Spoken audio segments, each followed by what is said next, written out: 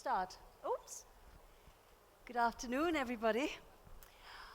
Tom, Indian Ink, when it was published in 1995, the foreword, it's dedicated to my grandmother, Laura Kendall. And I'm not boasting, but we've known each other for a long time. I remember when I was about 14 or 15, we were in England, and you were dropping me off from one place to another in your car, and you came around to open my door. And I said, "You don't have to do that." And you said, "Don't knock it. One day you'll regret it." But That's the last time I did that. No, it isn't. You do it all the time, I know. Is my voice reaching everybody? No? Yes? Can you hear him? Yes and no. I'll speak up a bit. Can his mic be louder? Can his mic be louder? I'll raise my voice All right. a bit. So, Indian Ink. Tom, what compelled you to write Indian Ink? Well, first of all, the compulsion isn't specifically about writing a particular kind of play or a particular subject, but it's true that there is a compulsion involved. Sanjna's auntie Felicity had been in 2 of my plays, and I knew India from my childhood. This may be something I ought to just footnote in a couple of sentences. I was in India between the age of 4 and the age of 8. And when I was 8, I was taken to England for the first time. So Felicity and I used to talk about India here and there. And it was simply that I actually wanted to write a play for her using stuff which I knew and stuff which she told me, and quite a lot of stuff which, of course, was before our time. The play is set in 1930. It's, it's not actually in the bookshop, but there's nothing I can do about that. But you can order it on Amazon. I did. So that was not exactly a compulsion, but a kind of inspiration, really, to write for a particular voice, an actress. And I wrote it as a radio play, actually. It was called In the Native State. And it worked out very well. And I decided that I could make a stage version of it. And as you say, around about 1994, 95, we did that. And if it's okay to say so, it's actually one of my favorites, because I have a huge feeling about India, complicated feeling. You're probably wondering when I'm going to stop answering your first question. No. It's really a terrible habit of mine. I'll interrupt, don't worry. Is that all right, my interrupter here? No, but I'm not quite sure. I know where to begin my answer. As to where to end my answers, you'll end up interrupting me and saying I didn't actually ask for your memoirs. We don't mind. But yeah. But we're going to come back to India and talk to you. Yeah. But the play is between 1930 and today, or perhaps not today, because it was the 1990s when you wrote it. And we were talking the other day, because it does comment on a whole lot of things, and they're, of course, colonial times. Would you change anything if you were to write it today? If I were to, if it's pre-existed, if it already existed, I probably would find that difficult. If I wrote it today for the first time, I might have actually given it a different color of some kind. The play takes place in one of the princely states, a fictitious one, and it's, as you mentioned, it's the Raj. The play also has a back and forth between the present day and the days in the past, but most of the play is in the Raj, and there's the British resident and the club and a number of different Indians, including a painter.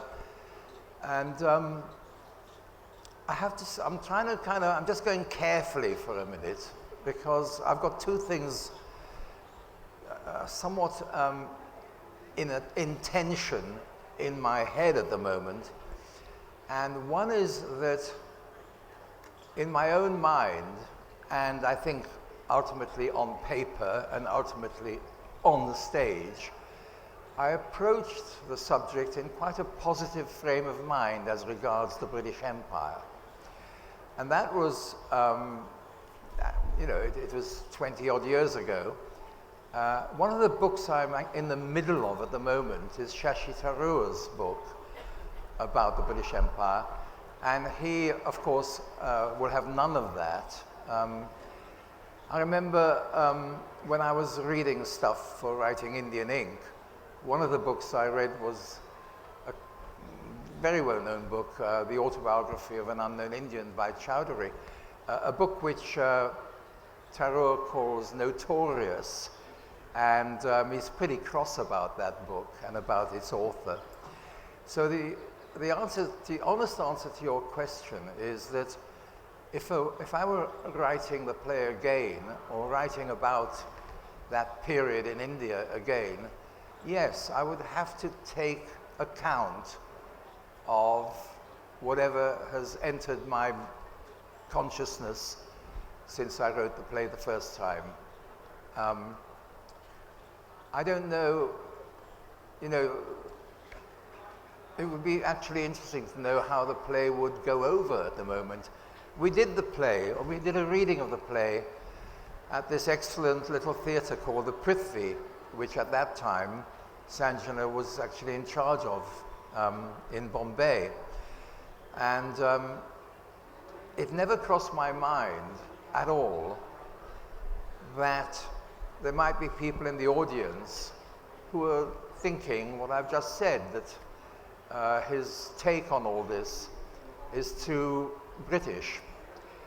We were not the Raj. My mother and my brother and I were Czechoslovakian refugees who'd come from Singapore.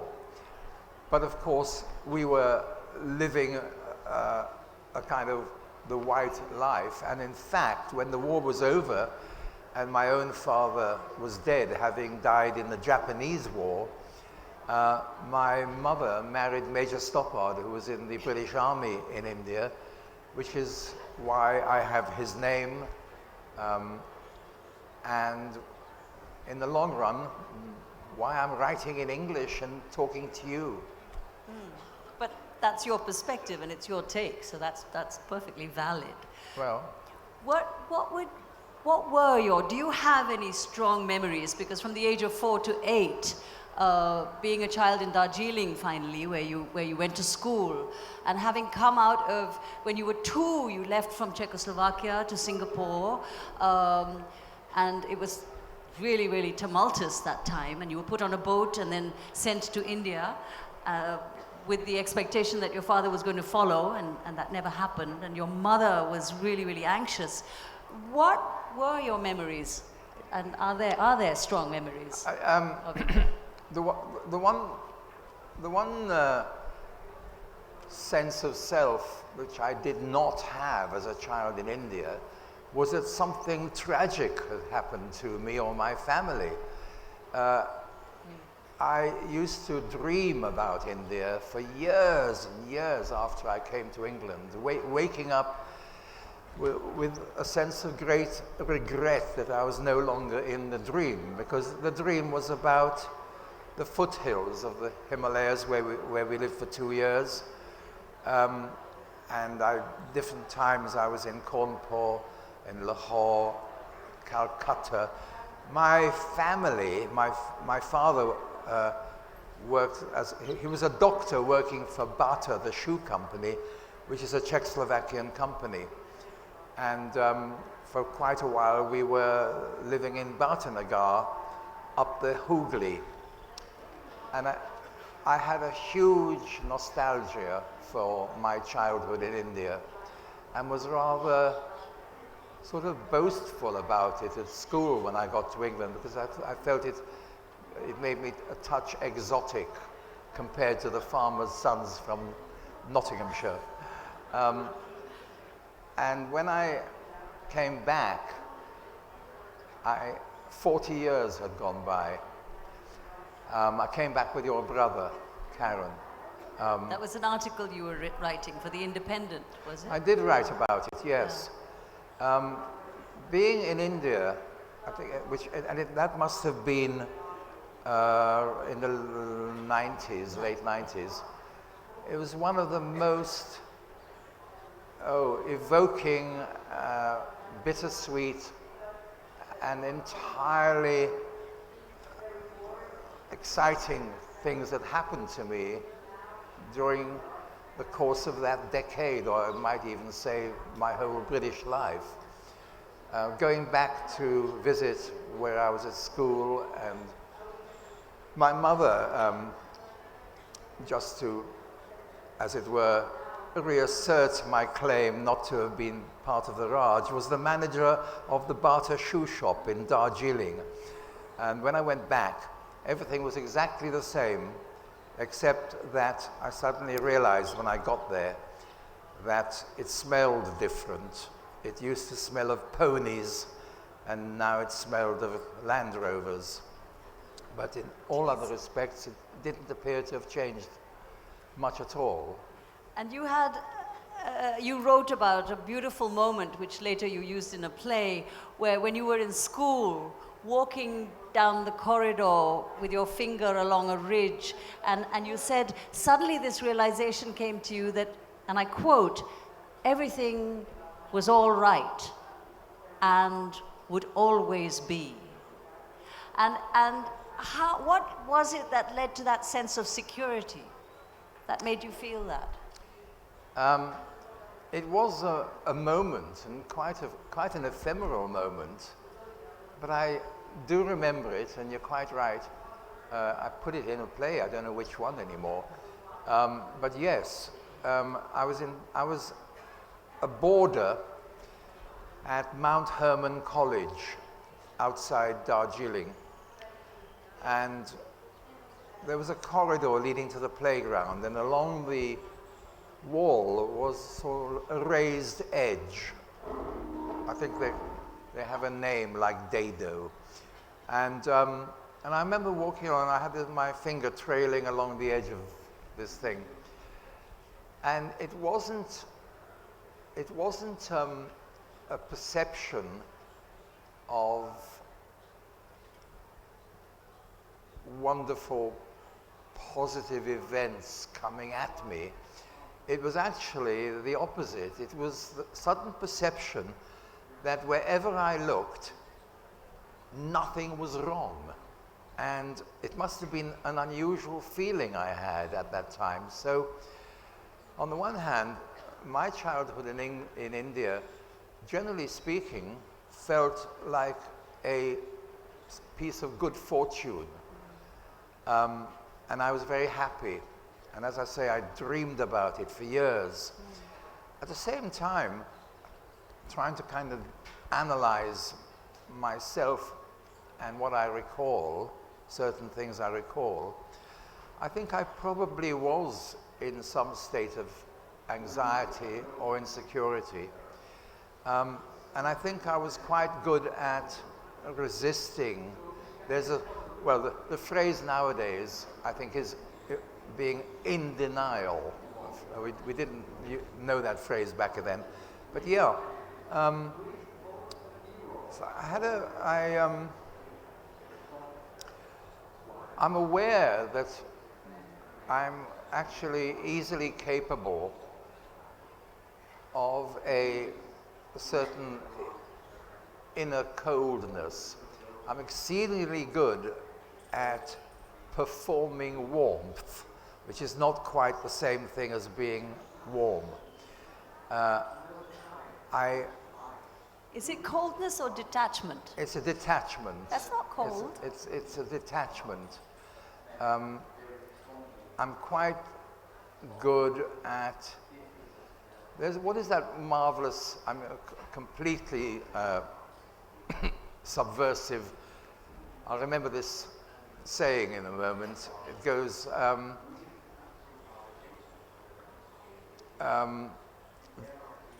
very few things matter, and most of them don't matter at all. No, very few things matter very much, most of them don't matter at all. And that's actually possibly a dangerous mantra, but I think it's come to the forefront of my brain many times in my life. It sounds defensive, and I think it sounds extraordinary, because you've written about so many things that seem to matter, I think. Well, I believe. But yeah, gosh. And then from India you went to England, school, you became a journalist, radio plays, and Rosencrantz and Guildenstern happened. And then Tom Stoppard, the playwright. What is it that makes a play a play? Well, I think different playwrights have different take on that. I mean, perhaps every playwright has a unique sense of what makes a play. Theatre is really a very, very wide concept, and I happen to be, on the whole, a text-driven playwright. When I was starting off in this really shameful way, I basically thought that what actors and directors were for was to do my play and to make the noise it made in my head when I was writing it. And I've always been text-driven. At the same time, text-driven theatre is progressively assuming the color of a classical tradition, and probably it could easily be said that the most adventurous people working in the theatre, companies which are at the leading edge, are not actually that interested in text, except to subvert it. And the theatre on the continent, in Germany and other places, is really a director's theatre more than a writer's theatre. And this has been a truism for years now. I intellectually resist it and emotionally enjoy it when it's actually good, which it often is.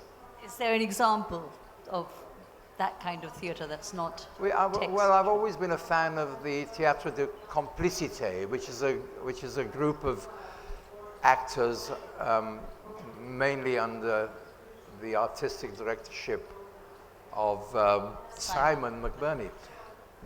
And some of you may have seen Complicité in India. We brought Complicité twice to Bombay and to Hyderabad and to Bangalore.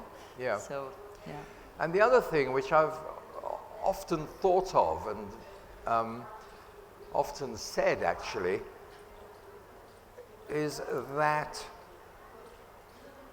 most people, when asked to remember some of their favorite or most memorable experiences while in the audience watching a play,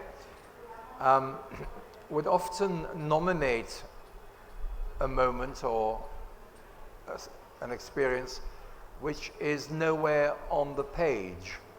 It simply doesn't exist on the page. And that's because when you're writing a play, you're writing under a kind of illusion that it's a private enterprise, rather as one might be writing a poem, and it doesn't really involve any other axis than the axis between your own ability to write anything at all and the thing you're trying to do. The moment you finish and do what you're supposed to do and what is meant to be done with it, which is to hand it to other people.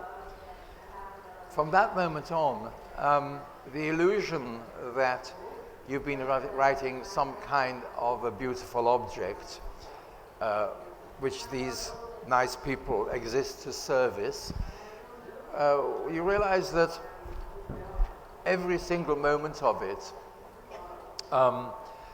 is reliant on a whole series of very often symmetrical, I beg your pardon, synonymous technical achievements. Really, really technical achievements, mechanical, electronic, just getting the mise en scène, making the abstract concrete. You know, if we were in this play now, what we were speaking to each other, in the end, wouldn't suffice. And that, there's a kind of pinball syndrome here in interviews. I could go kind of in 5 directions, not quite knowing which one I'm in. But there is a sense in which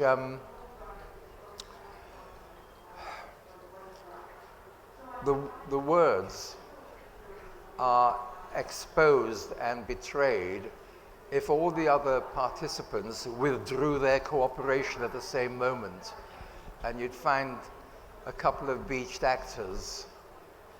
Because I think that theatre is, in quite a broad sense, I think of theatre as being a recreation, because that's what it's been to me. I don't know whether you thought the Prithvi existed to be a recreation, or whether you felt that a large part of it was to expand people's understanding of the world. Those two conceptions are not, by the way, in contradiction. They're not contrary. It depends what you stage.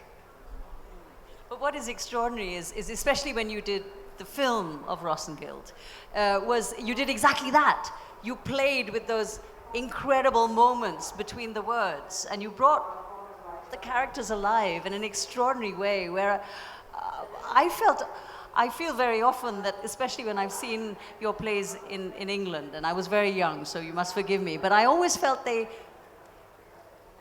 somehow missed your sense of comedy, your sense of extraordinary delight and lightness and frothiness, and made you heavy. And your film didn't make you heavy at all. It was incredible. And yet there is huge depth to it. Well, I must say, making the film was very enjoyable.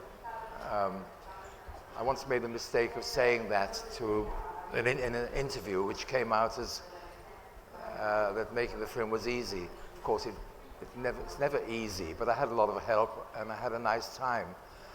But what I actually think of now is that when the film was finished, I really would have liked to shave things out of it, but by the time I delivered it, I felt that I had shaved off every microsecond which it was possible to shave. And a few, maybe a year or two ago, I can't remember, I watched it. I could easily have taken 20 minutes out. I just felt chum chum. So length is relative. There's no absoluteness about it. I'm glad you thought it was funny. It was meant to be that as well.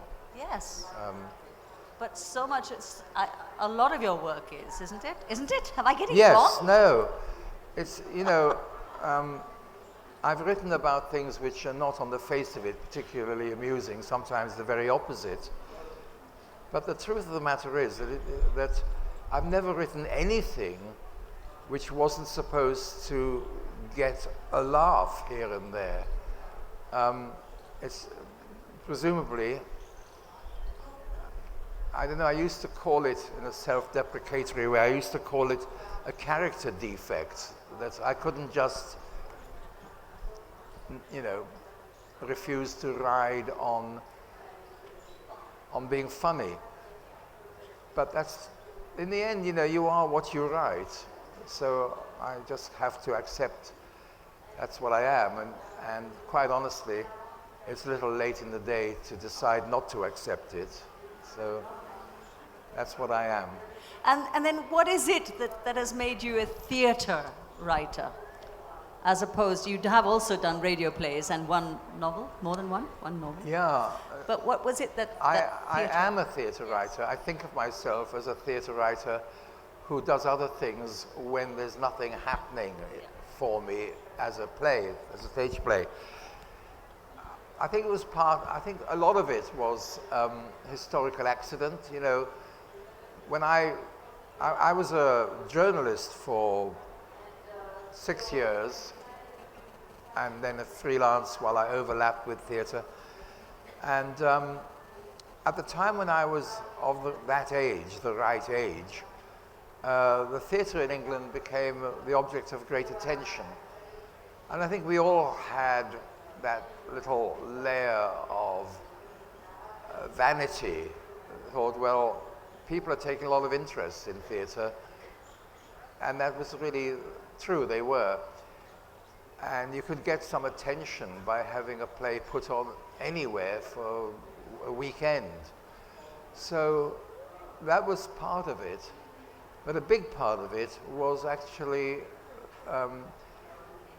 knowing what a theatre was like backstage, knowing actors, seeing plays at different stages of their realization, because I had friends in the theatre company in the city where I was a journalist. So I actually bought into, perhaps you know, Trelawney of the Wells, which is like a play written about your parents, but a long time ago. I just completely bought into the excitement and, yeah, let's say the glamour of live theatre. And then very early on, when Rosencrantz was performed in Edinburgh, and you write about it in the foreword to the script, Rosencrantz, the National Theatre called you in for a meeting, and Laurence Olivier came up to you, and at some point, do you remember, he gave you a tip or something? Oh, what did he yes. say? What did he say? You've read everything. I'm very faithful. What can I do? My homework. At least I tried. No, yeah, my play was in rehearsal finally one day. We're talking about 50 years ago, but there it was in a rehearsal. And Laurence Olivier, who was the artistic director of the National Theatre, he popped into our rehearsal one day and sat there and terrified everybody by listening in for about 20 minutes. And then he got up to leave, and he made a small, I forget what it was, a little suggestion of what we might try. You've forgotten what it was? Well, yeah. But he was speaking to the young director, not to me. But anyway, he offered this little tip, and then he continued on his way out. And at the door, he turned, just like Laurence Olivier, and said, "Just the odd pearl," and disappeared. So with just the odd pearl, we carried on, and that's amazing. And then after 7 years of trying to write plays and writing some, yeah, after that 7 years, I was an overnight success, apparently. Yeah. And what you've said again and again and again is, and it's incredible that you said it, because this is something my grandfather, Geoffrey Kendall, always said, is that you really want actors to just say the words. And I can't say it the way you say it, but really can just say the words, don't act the emotion necessarily. Well, you know, Geoffrey would be about 100 now, wouldn't he? At least. So, without being in any way it being a reproach, it's a sort of, it could be said to be a slightly old-fashioned view, which a lot of acting and in different countries, America comes to mind, wouldn't be the first and obvious thing to say about what the actor's job was. Actually, I was speaking to a bunch of students in an American drama school years ago, and one of the young people there asked me what was the main thing I expected from an actor and, as it were, asked for from an actor. And they had in mind, you know, the psychology of the character or whatever. I wasn't, you know, my response was instinctive and completely sincere and completely without, as it were, irony. And I said the first thing that one demanded was clarity of utterance. And there was a kind of nervous laugh about all this because they thought that was the given. And I think what they were thinking is, well, obviously we have to say the words properly, but I meant beyond that. But actually, clarity of utterance is much more rare than you would suppose. And actually get the attempt to be clear, the actor's sense of what his or her job actually is, to somebody who, as I said at the very beginning of this, to somebody who is into text-driven theatre, lack of clarity in the utterance nullifies the whole experience, the event. You know, it sounds awful. Here I am on a stage drinking vodka, though it's looking like water. I'm not actually. It sounds very sort of up oneself, but actually it drives me insane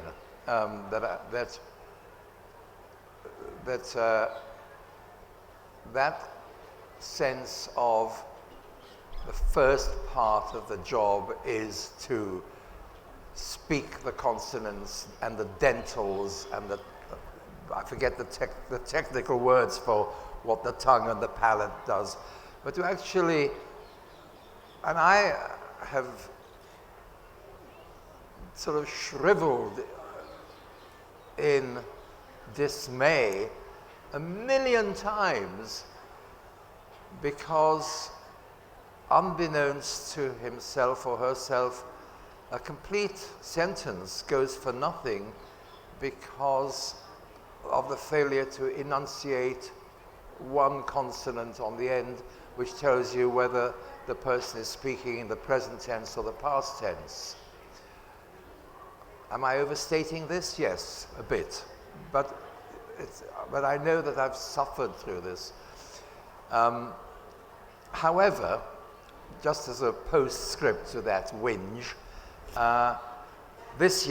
last year, quite recently, I invested in my first hearing aid, which, by the way, I forgot to put in this morning.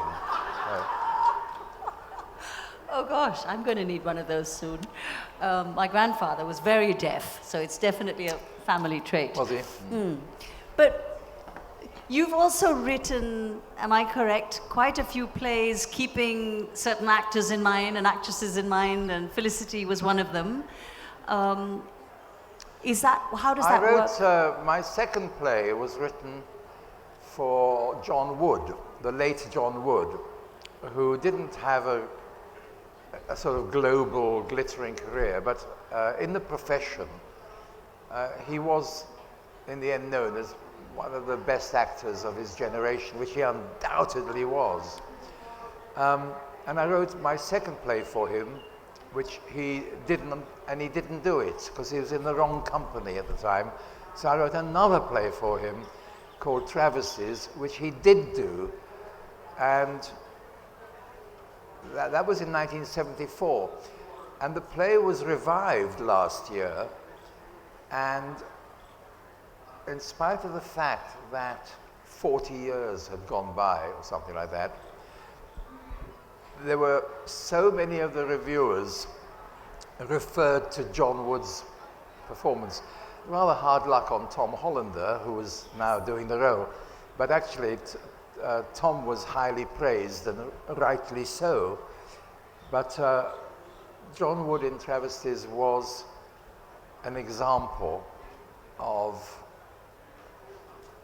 an actor helping to create a role in the writing, because he could speak fast, and believe me, he never ever dropped a consonant. And so what is your writing routine? Do you sit down every day religiously to write something or other? Well, my writing routine, looking back in retrospect, appears to be to get off my arse about once every 3 years and try to actually get into a play. It's really difficult to get to the top of page 1 if you're writing a play. There are probably quite a few people here who have written plays, and maybe they feel the same as I do. The hard thing is to, well, to put it simply, to get to the top of the first page. After that, I'm sort of usually okay. I'm in that situation maybe now, except I'm not actually okay because I don't know what's happening with it. But yeah, my routine, I can answer in a slightly different way. I'm always busy. I'm not really idling, though I spend a lot of time reading the periodicals. But that said, I'm constantly busy, but I'm not constantly productive. And quite often I'm busy doing stuff which is, as it were, in arrears, rather than thinking about what's next. And it's really important to think in a forward sense. What's next? You know, you've never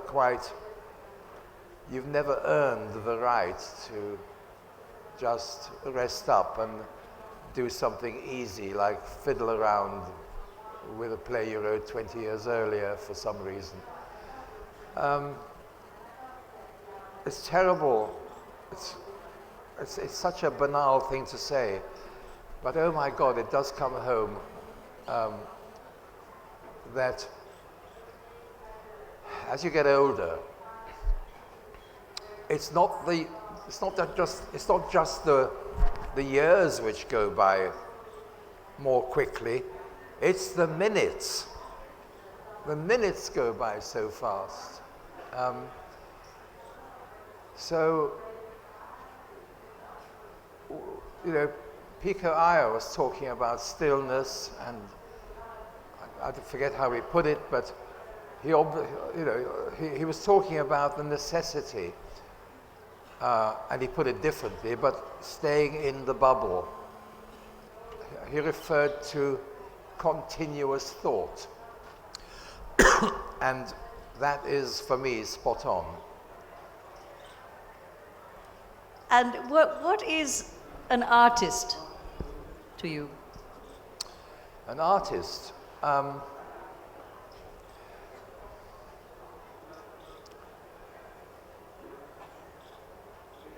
I think that if you did the mental exercise of defining a society, even a civilization, in all its achievements, its engineering achievements, its architectural achievements, and the fact that it's actually survived and fed itself, and all these things, if you kind of got this Lego thing snapped together, it was all there. If you extracted everything from that society, which is to do with the imagination at work. Everything which works through metaphor, everything which contradicts the natural laws of the physical world. For example, in the physical world, since Aristotle, the law of the excluded middle. Something is P or it's Q, and there's no middle. If you excluded all aspects of life which are to do with that, and with the imagination, and with emotional response, and took it all away, then this construct of enormous physical achievement would actually be a dystopia. You would hang yourself rather than go on living there for more than a certain time. So, although it's making a large claim for the artist, and I'm slightly embarrassed to make it, because I don't really like writers, actors, whatever, who think that somehow everything is about them. In some awful way, everything is, because we are all performers and creators if we allow ourselves to be that. We're not actually drones. We're not born to live the life of executors. We are born to fulfill our unique identities. So, being an artist is almost like being the visible edge of a very deep truth. There are more skeptical ways to describe the artist, and I did actually write it out once, and I'll probably get it wrong, but it goes something like, for every 1,000 people, there are 900 doing the work, 90 doing well, 9 doing good, and 1 lucky bastard who's the artist. But let's hope that we have our lovely city builders in our country who are listening to you, because we're spearheading at a chaotic pace to build new cities in our country without any concern of the arts or spaces for the arts to exist. And so we are going to create spaces of dystopia, unfortunately, but that is our reality. So do you think that therefore, given what you just explained about the artist, do artists need to be political? Well, yes. I mean, do philosophers need to be political? Do ethicists need to be political? Do pastry cooks need to be political? It's not really that kind of a board game. It's not divided up like that.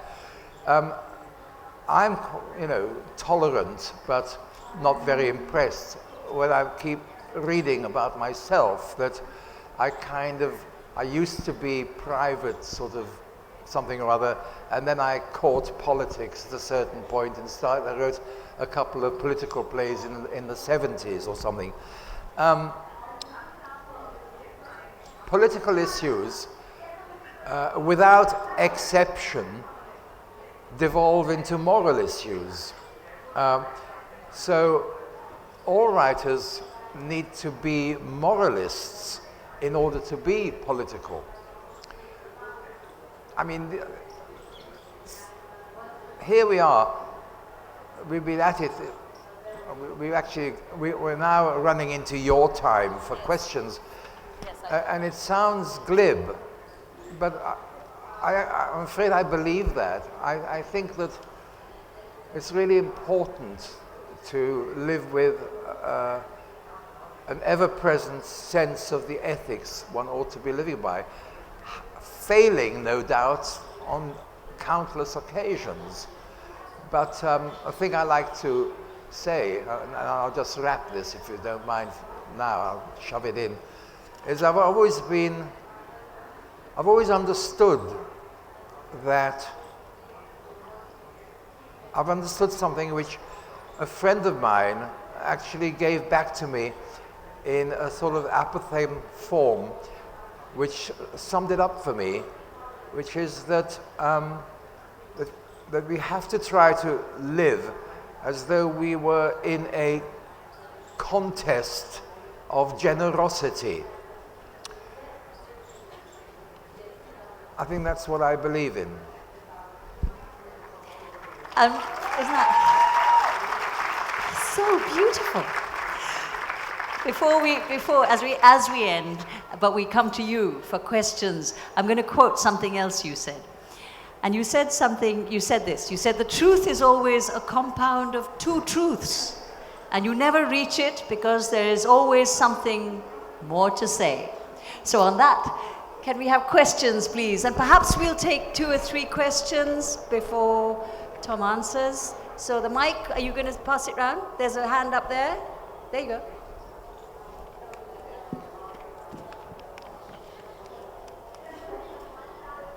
Oh, wait a minute. I think she's got can you stand up? Yeah. Wait. We'll come to you in second. Yeah. Go on.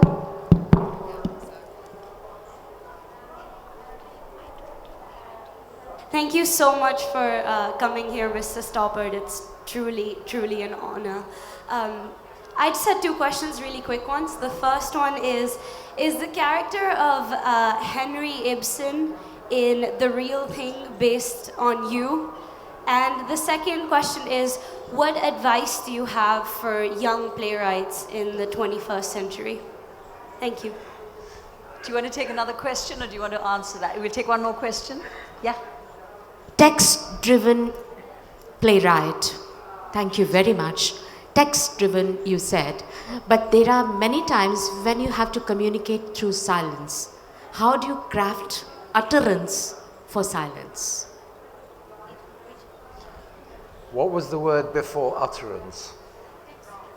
How do you craft? How do you craft? Oh, thank you. Utterance. Yes. For silence. Oh.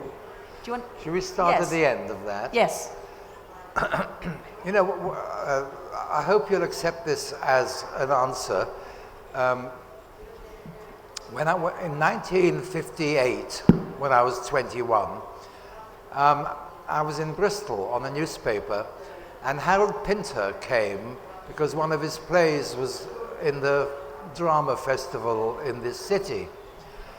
And then he did a Q&A the next day, I think it was. And I wrote down everything he said to make a kind of column for the arts page. And what he said was, one of the things he said was, there are 2 kinds of silence.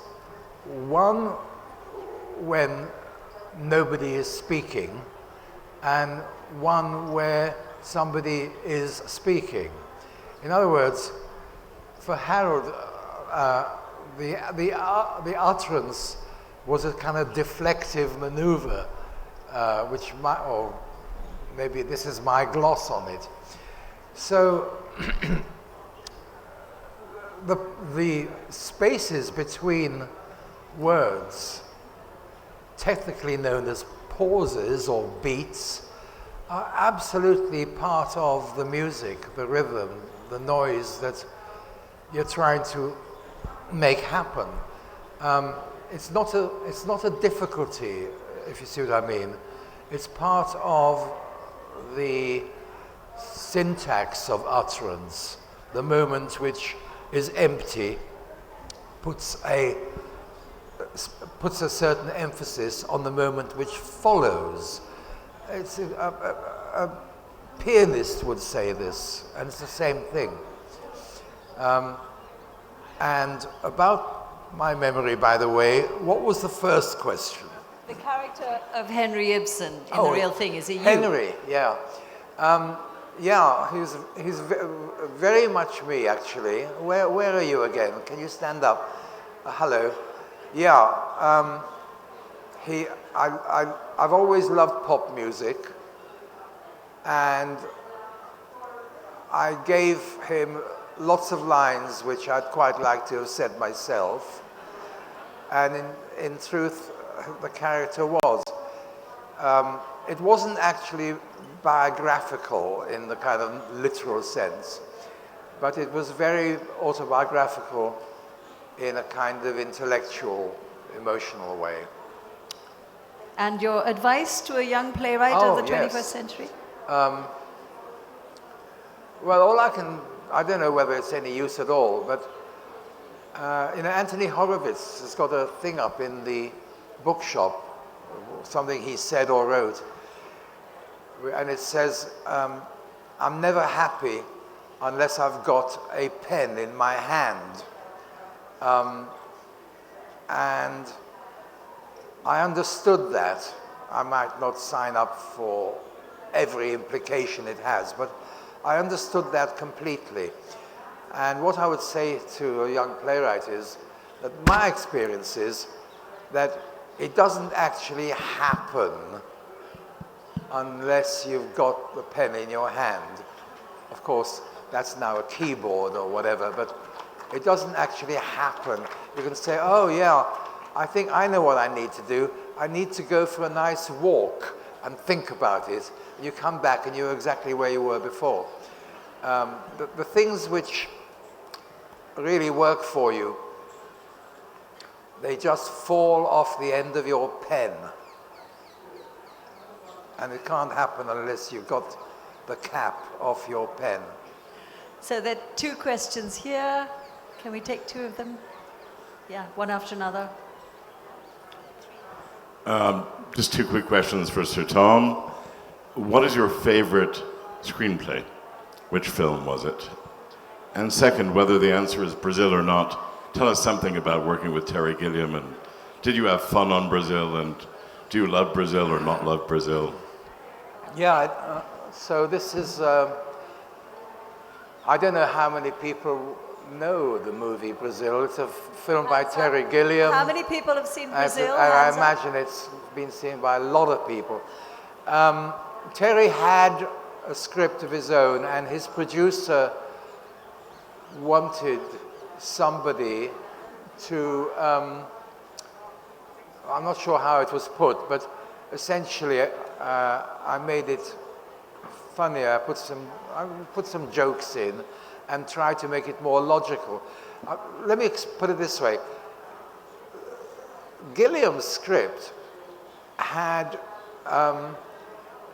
2 or 3 passages which were solid words, which were transcendently brilliant. And they were all descriptions of the hero's dreams. And they were extraordinarily imaginative. I don't think Terry was that interested in the mechanism of dialogue. He's in every sense a visionary. But anyway, it was a happy film, except probably not in the sense that you mean for me, because I don't actually go to the shoot. I went one day to watch Robert De Niro do something.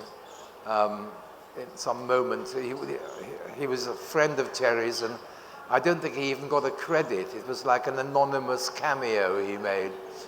I like the film. What was the other question? Oh, my favorite screenplay. Yeah, your favorite screenplay. Right. Well, Some Like It Hot would be an example. I think Chinatown is one of the kind of half-dozen masterworks in American cinema. I'm trying to rapidly, That's okay. I think that'll do. Yeah, that'll do. We've got 4 minutes, 2 more questions. So Tom, in your magnificent screenplay for Shakespeare in Love, you portray William Shakespeare as a generally deceitful, womanizing sort of person who takes a lot of money from several producers and doesn't deliver a play in time. A, was he like that, and is that your general view of playwrights? Yes. Next question. Oh, next question.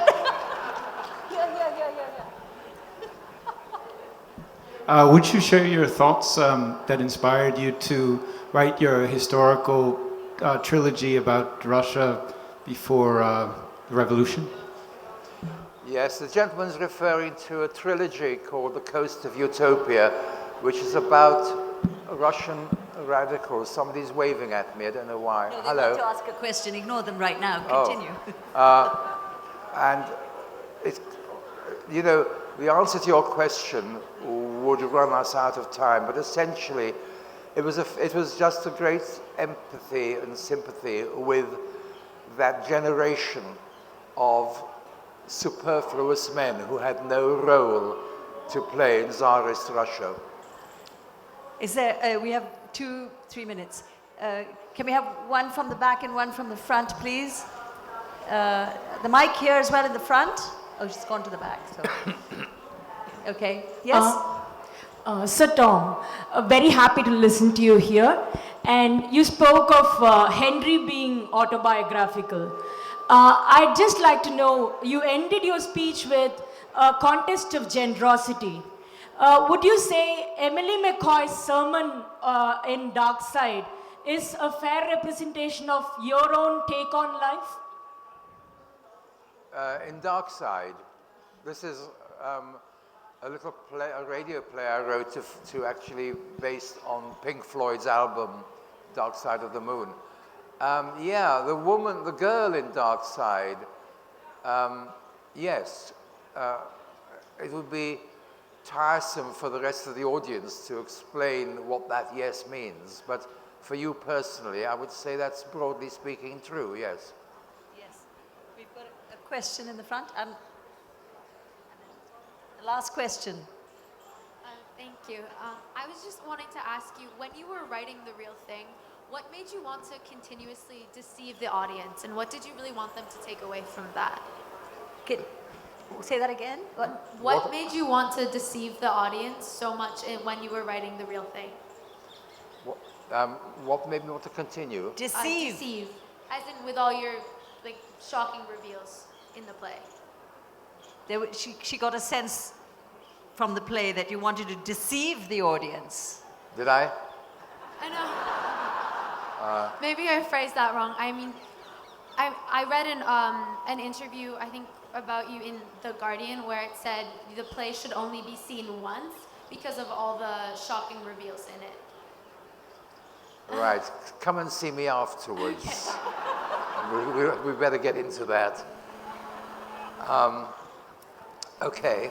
I think we've got half a minute. So say something brilliant. Oh, okay, something brilliant. Thank you very much, everybody. Thank you.